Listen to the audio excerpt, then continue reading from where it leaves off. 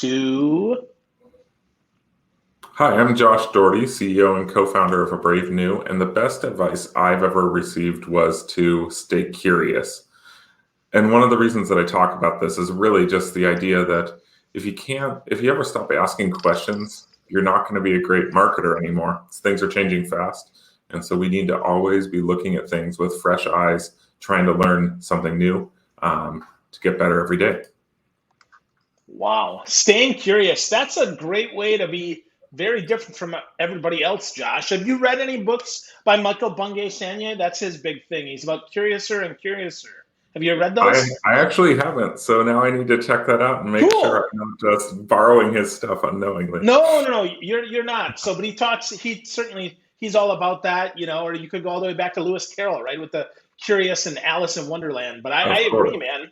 I think that's great about staying curious. And that's one of the reasons why I love to talk to smart folks like you about different things that are interesting to me. So today we're going to talk about differentiation, because I think that being curious certainly is a differentiating factor. So how does Josh Dougherty define differentiation? Differentiation is about a couple things. I think, first of all, it's all about building unique memories. So we talk a lot about creating something that's like super, it's going to build competitive advantage, that's going to make you different, that's going to make you stand out from all your competition when we're doing branding work with people. But really, it all comes down to a memory. What does someone think about you when you leave the room? How do they remember you? Do they remember you any differently than the other people they've talked to that day? I think that's what differentiation is at the end of the day. It's about creating that memory that sticks. Cool. So how do we do that, though, Josh, before we even get to meet someone? I mean, this is our first time talking to each other. You probably don't have any differentiated memories from me yet. I mean, I haven't spilled a coffee on your head or anything like that. So how do we do that right before we actually come in contact with someone? Yeah, I think the big thing that I talk to people about as they're thinking about if there's someone who started a company is to think about, like, what are the things they want to be remembered for? What are the things they want to be, because a lot of times, I'll start over. Like, a lot of times people don't know their special sauce, or they don't know what makes them unique or what makes their company unique. They've never stopped to look at it and think about it.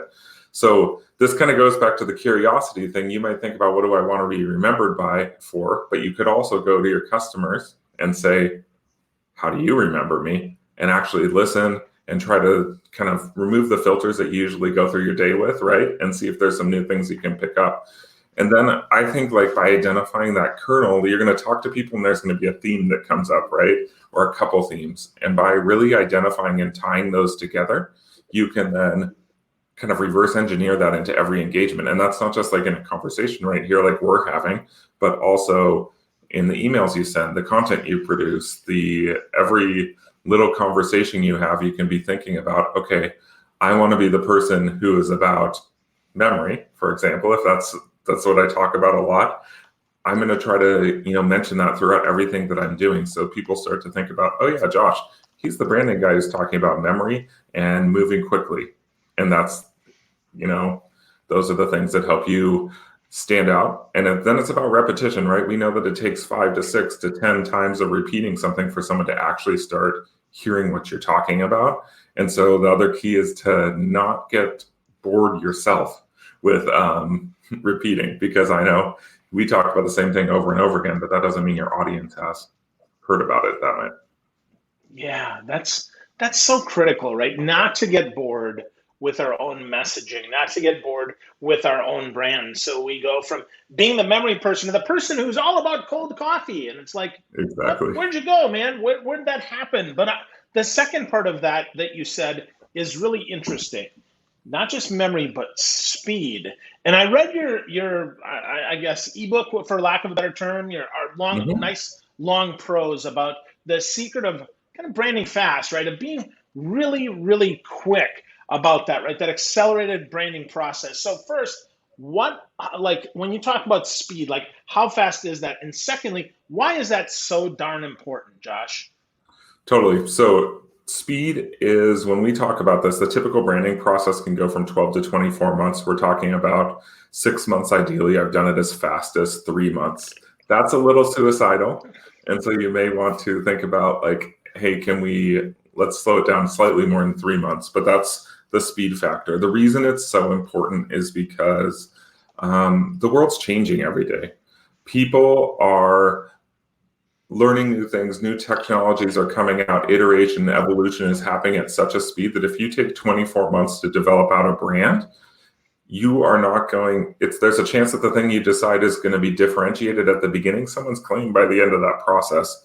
The other thing that we think about from a branding process is the real world experience, just like in digital marketing, and this is maybe where I borrow some of my past as a digital marketer and my present doing digital marketing strategy for our clients, is about testing and iteration. So as long as you identify like what's that single memory at the middle of your brand, we call that concept the essence.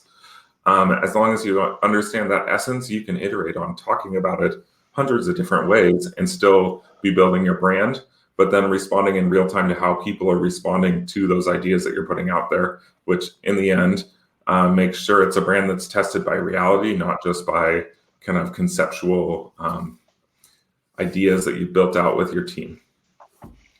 Excellent.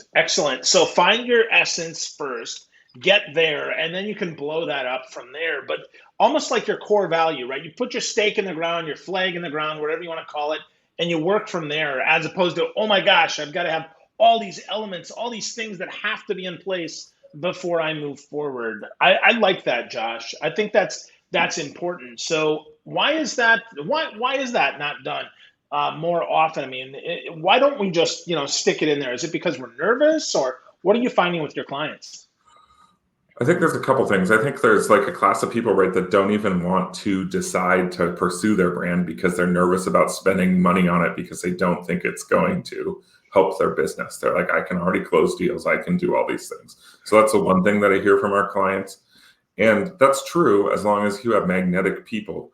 But if you lose your magnetic people and there's no core underneath your brand for your organization, you're sunk, right? Branding is about creating that continuity across about the organization to keep you safe. So that's one group of people. I talk about how branding is the best way to safeguard your future as an organization, regardless of who works for you. Because if you can give everyone a playbook for living out something unique for your organization, you're going to win. Then the other group of people, why people are, I think, afraid of that are, I think that there's so much data today, and I love data, so I'm not criticizing, but there can be a paralysis that happens because you're trying to collect more data to get to the perfect thing. And I think this is really an instance where perfect is the enemy of great. I wouldn't even say the enemy of good. And so we're not trusting ourselves enough to make a step forward. You need data to inform you, but you can then come up with the core concepts and move forward.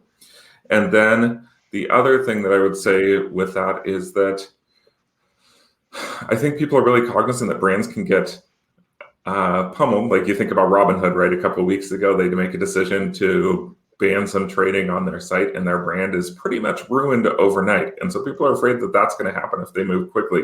That's not going to happen if you move quickly. That's going to happen if you don't move smartly. And so you need to think about what's that essence, and then stay true to it. And people aren't going to mind if you talk about it in 10 different ways, as long as the core concept is true, and as long as you're being, I think, honest, authentic, and doing things the right way. Yeah, that's interesting. So the way you describe a brand sounds a lot like the way a lot of leadership people describe a culture. It's a living organism that has an essence. We build out around that, and we get everybody kind of indoctrinated in that, so that when people leave, we don't have to worry so much about, oh my gosh, this was the only keeper of our brand flame, of our culture. And therefore, everybody has a little bit more of that, and our customers still get great service. Am I hearing you right, Josh? Yeah, I love the connection actually with culture, because when we talk with people about a brand, we say it's not about a marketing campaign. It's not about this. It is about an organizational ethos. So I think about a tech company that we work with. It's really hard to differentiate in tech, right? You're all doing tech consulting. You're all moving everyone to the cloud. You're helping them think through tough problems. And so the I think with them, we got to the point where it's like, we're not selling tech consulting. We're selling the core concept or the idea behind your brand, which is what the idea was, clarity. So we're selling people clarity in a super confusing tech world. And then like what that allows us to do is be able to, I think about all the touch points. How do we pursue clarity in our HR? How do we pursue clarity in how we do our consulting? How do we pursue clarity in how we structure our services? How do we pursue clarity in how we're doing our marketing? Brand needs to be at the center of everything so that it can influence all other areas of the organization. So I think like what you brought up about culture is really true. And I think the best culture consultants are really thinking a little bit about brand, right? They're also thinking that core memory that we're creating.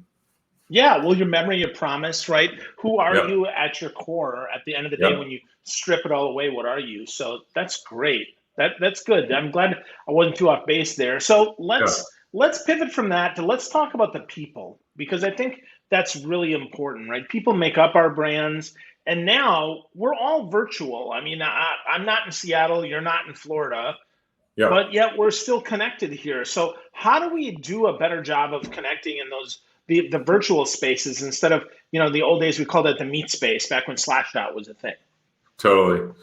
I think it's different, right, for your team than it is for like people externally. For a team, like we have people across 3 states in our organization. So I think it's like going the extra mile at every interaction. We do video for every conversation we do. I actually do that for new business and for all my external conversations too, because it's almost as good.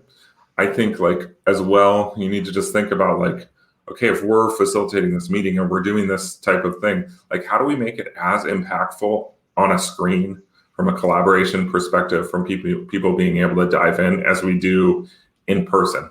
Now, I'm a person who really still believes in this in-person connection and meeting as well. So I'm excited to get through COVID a little bit so that we can start doing that, because I think that kind of that in-person collaboration can't be replicated to a certain extent. We do our best digitally, but it can't be replicated. And then the final piece, I think, is going back to the basics of being able to pick up the phone. I do this both internally and externally, saying it's time that we don't just send another email about something. Don't just ping someone on Slack, but actually grab the phone and talk to them and see if you can work through a challenge that way or make a connection that way.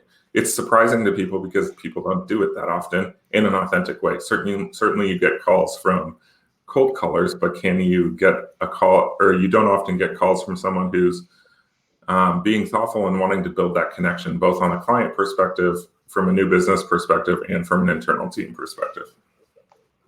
Wow. Well, that's fascinating to me to hear from a marketer who says, hey, we need to pick up the phone and not just rely on inbound to drive our business or to drive our culture. I mean, I can tell you, Josh, that picking up the phone with a teammate is so much more powerful than sending an email. We can spend 10 minutes just talking through things. Even if we don't resolve anything, just that human connection, I think we find that people give us a little bit more grace, a little bit more understanding, a little bit more patience than if we're just going back and forth via text. And then with our sales, I mean, that's my life, man. If it weren't for picking up the phone, we'd be dead. So how do you tell those other agency owners that are like, well, hey man, we just got to write more great content and over SEO things and be better at that? I mean, how do you convince them that the telephone actually is your best friend? It's a good question. I think it's all about how much of an impact you want to make. You can certainly, I think there's the pairing between the two things is really important. So we're an inbound agency, right? We do SEO. We've tried to own our space. We try to create great in-depth content for people to come to. We have leads come in that way. We work a referral network. But at the end of the day, we also do outbound because we believe that it is the best way to connect with the exact right people that we want to work with. So we're kind of doing a pairing of like filtering and drawing people in and kind of qualifying those people to make sure that they're right for us. And then also choosing like the, top 50, 100 people that we actually want to work with and going outbound to them because we want to work with them so badly that we're going to do what it takes to get in front of them. And 99% of the time, like, people don't answer the phone when I call, right? But they respond a lot quicker to an email, or an email that comes afterwards that says, hey, I just left you a voicemail. I'd love to talk to you. It's a simple email to send, and they respond back to us that way. And I think the same thing is true with our clients, as we do both demand generation, both in a growth or an inbound marketing perspective and an account-based marketing perspective. We're pairing inbound and outbound to get companies further faster. Awesome. Awesome. So do you do the outbound, or do you just advise on that, or how does that work, Josh? Our organization works largely with B2B companies that are doing high value sales. So something that's like over $100,000 per sale. And so we're usually pairing with a sales team. So we will advise and collaborate with the sales team, work on phone scripts that'll work with our with the campaign that we're running, doing that sort of thing. But it's largely a collaborative process, because at the end of the day, we have to engage also as marketers with the sales team in a really productive way to be successful. I think there's a lot of, and you've probably been in this business long enough as well to know, like, this constant like battle between the marketers and the sales team. And sales is always saying, you're not sending me enough good leads, or you're sending me, or like, I can't connect with these leads. And marketers are like, well, we're doing everything we can. And I think really, like, getting into these during campaigns, we strive to do monthly meetings with the sales team and the marketing team to build that understanding. And then we're sharing tactics back and forth. And that gets us both in the trenches to do better work together. So. Yeah, that makes so much sense, Josh. I'd find that building upon the marketing message, right? Marketing is often the kernel, right? They start the ball, but then sales will get it, right? They'll transform it a little bit and then maybe pass it back to marketing to clean it up a little more, or to say, hey, marketing, I really could use some content about this, because this is where we're getting questions. And as long as they're aligned, right? As long as they're all going for the same goal, what you might call their essence or their brand, really, because that is really what they're trying to do, right? They want more good clients, not just any clients. To get more of that, right? We have to spend time together. So those monthly alignment calls are important. So can you give me, I'm not looking for like a specific customer, but can you talk me through a little bit of what those monthly alignment meetings look like as far as agenda goes, so we can make sure that folks, maybe they start doing those? Yeah, we're doing three things usually in those meetings. So one, we're reviewing all the leads that came in the previous month and talking about which ones of them were strong, which ones of them are weak, which ones were marketing thinking like, this is the most amazing lead we've ever passed. And sales is like, of course that we can't follow up on that lead. So one of it is like that forced accountability that drives a conversation. This goes back to that picking up the phone concept. If we're all on a video conference together, which is like the modern phone, no one's hiding and everyone feels more comfortable talking about what did and didn't work than if it's a big email string going back and forth together. So that's the first thing. The second thing is talking about like intelligence that the sales team is capturing. I think something that marketing teams need to understand is that sales are one of the top experts on who your prospects are, what they need. The things I always think about in branding too, like what's keeping you up, what's keeping the prospect up at night. A salesperson can answer that way easier than a marketer who's just looking at some data. So we want to pair together the data marketing brings with the real life qualitative intelligence that a sales team brings to make our marketing better. So that's the second thing we do, is like, we're understanding what are the conversations you have, what are the trends. And then I think the third thing is really zeroing in on action items with individual people attached to them.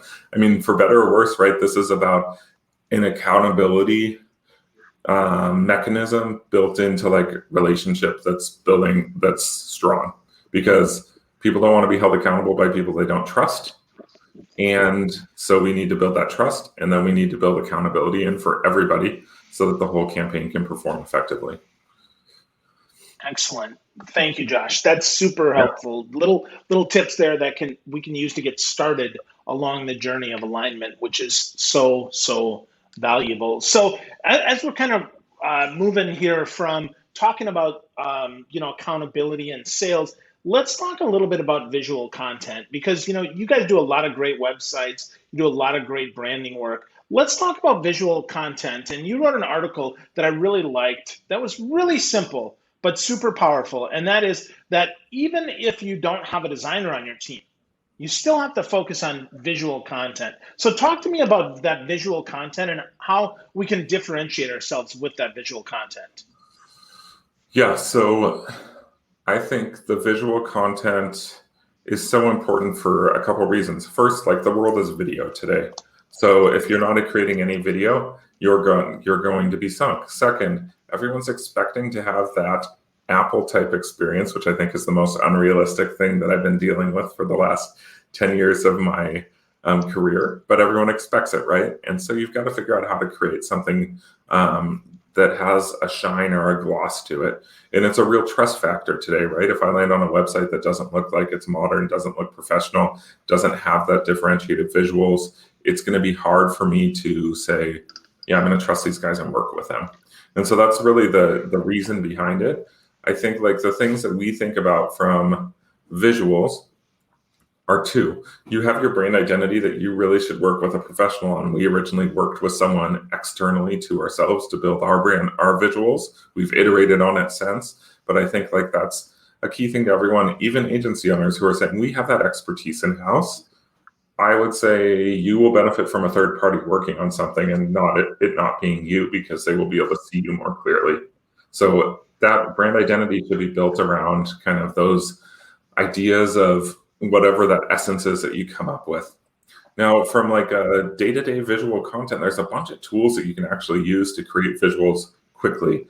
One thing is like you can use an iPhone to create great video, right? I talked to my creative director, built a couple masks that were super simple in an Adobe product, and now I can record video, post it up there, it looks great. And so like create that visuals quickly with your iPhone for video. The second thing is using tools like Canva or something like that allows you to create something that's going to get caught in people's eyes as they're scrolling through social media to be able to differentiate yourself and, really just show up in someone's newsfeed. And so we like to use Canva. There's a number of other tools out there that allow you to create some templates and then use them. The third thing I would think about is like maybe you're someone who can't create a bunch of visual designs. Maybe you don't have that capacity in-house. Can you think about a differentiated photo style and then search and only use photos like that so that people can start remembering you by the photo style you're using? All kinds of different little tricks. And I think all of them help you stand out. And then oftentimes you may get stuck and you could work with a designer just to build a framework for what you're going to do going forward with just saying, hey, I need some help getting started. And then I can run with it. Yeah, I think starting out with someone who does design, having that foundation, building your brand assets, getting a brand guide so everybody understands, hey, this is the font we use. Just simple stuff like that can really help you stand out because it looks the same. It gets back to your point earlier about repetition. Over and over and over and over and over again, you want to repeat what you're trying to get at here. And one of those big things that I know you have on repeat, and you've said it before, and that is speed. So Josh, if we want to get going fast here, and we're thinking, holy crap, how do I get going fast on a brand, on a website, on something that actually is going to make a difference in our business? Yeah, so there's a concept that I always use for everything. And this is and everyone's like, oh, we can carry that across most things. I think you can. It's like build the minimum viable product, the pilot, and accept that it's not going to be perfect or full featured right away. And then launch that, see how people react to it and improve upon it. Specifically, if you're thinking about like a brand, I think there's 3 specific questions that I would recommend people ask. I just wrote a recent blog post about this. You can go check out on our website. But really, I would start by asking these 3 questions and then go from there. So the first question is, what memory do you want your company to leave in people's minds? People often don't think about what their brand is, but they can think about like, what's that sticky memory we want to create?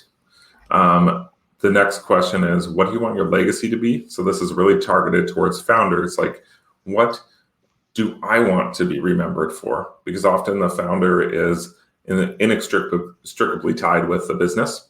And then the third is, how can you ensure your company is will continue to succeed when you're gone. And the reason this third question is super important is that it will surface the things that are problem areas where things are going to fall apart if you don't have your best people in the room. And then you'll be able to build some structures to help translate what your best people do into the rest of the organization. So that's from a branding perspective, what we would do to start. That's awesome. That's awesome, Josh. So you guys do some, like I said, some great branding work and some great website work. So let's flip that over. Let's take, as we wrap up here, let's take that with our website. If we want to make that a piece of that, and let's say that we have the brand already established, because we took your great 3 questions. How do we get started building that website that's going to differentiate us from our competition and really be an asset instead of a liability? Yeah, so the first thing to think about is we use a model for web design where we're starting with asking what are the key things that we need people to do on the website for it to be successful. Oftentimes people are creating a site that is just sharing their brand, for lack of a better word, or their company as a kind of like a brochure that people wouldn't come back to. We're trying to say, what do you want them to do? And how do you want people to interact with you? And then we'll build out the functionality backwards from there to make that happen. Now that sounds kind of technical. At the end of the day, I think the key to a differentiated website is to stop talking about yourself as much and to start thinking about what does my audience actually need? And then I'm going to build content around that, and I'm going to build engagement points that will actually solve people's problems as opposed to just trying to get them to get in touch with me to buy what I want to sell. And then from a really practical perspective, I encourage you to think ruthlessly about what do you actually need to get started with your website. If you're unhappy with your current website, could you launch a new homepage, and that could be your entire site to begin with? That's going to be much easier to get launched in a month, right, than a fully functional site. And then you can build on the stuff after the fact as you see it happening and working in the real world. And so I think it's about how do we get to what is the minimum that we can launch that will represent us well, that talks about us well, that engages with our customers in a really meaningful way, launch it, and then build on it, as opposed to waiting, again, with websites, 6 to 9 to 12 months to launch a site. What if you launch something in a month and then you spent the next 12 months adding new features and people get delighted every time they come back because there's something new there each and every time they visit? Wow. Launch and iterate. That's great advice, Josh. And I love the surprise and delight factor there. As you're adding new features, that also gives you something to talk about and maybe to pick up the phone and call our prospects and say, you know what? Hey, we didn't have this before, but now we've got this, and we built this just for you and people like you, which gives you something to talk about in a genuine way. Yeah, it's such a power of a good inbound program too, and a good outbound program. If you're creating great content, you have reasons to reach out to people, and you can delight them in every single interaction, as opposed to just saying, hey, it's Josh, I'm following up. I'd love to sell you a website. I can more be like, hey, here's this great resource on branding. I noticed that, we had a conversation 6 months about this. I wanted to give you this so you could be thinking about it.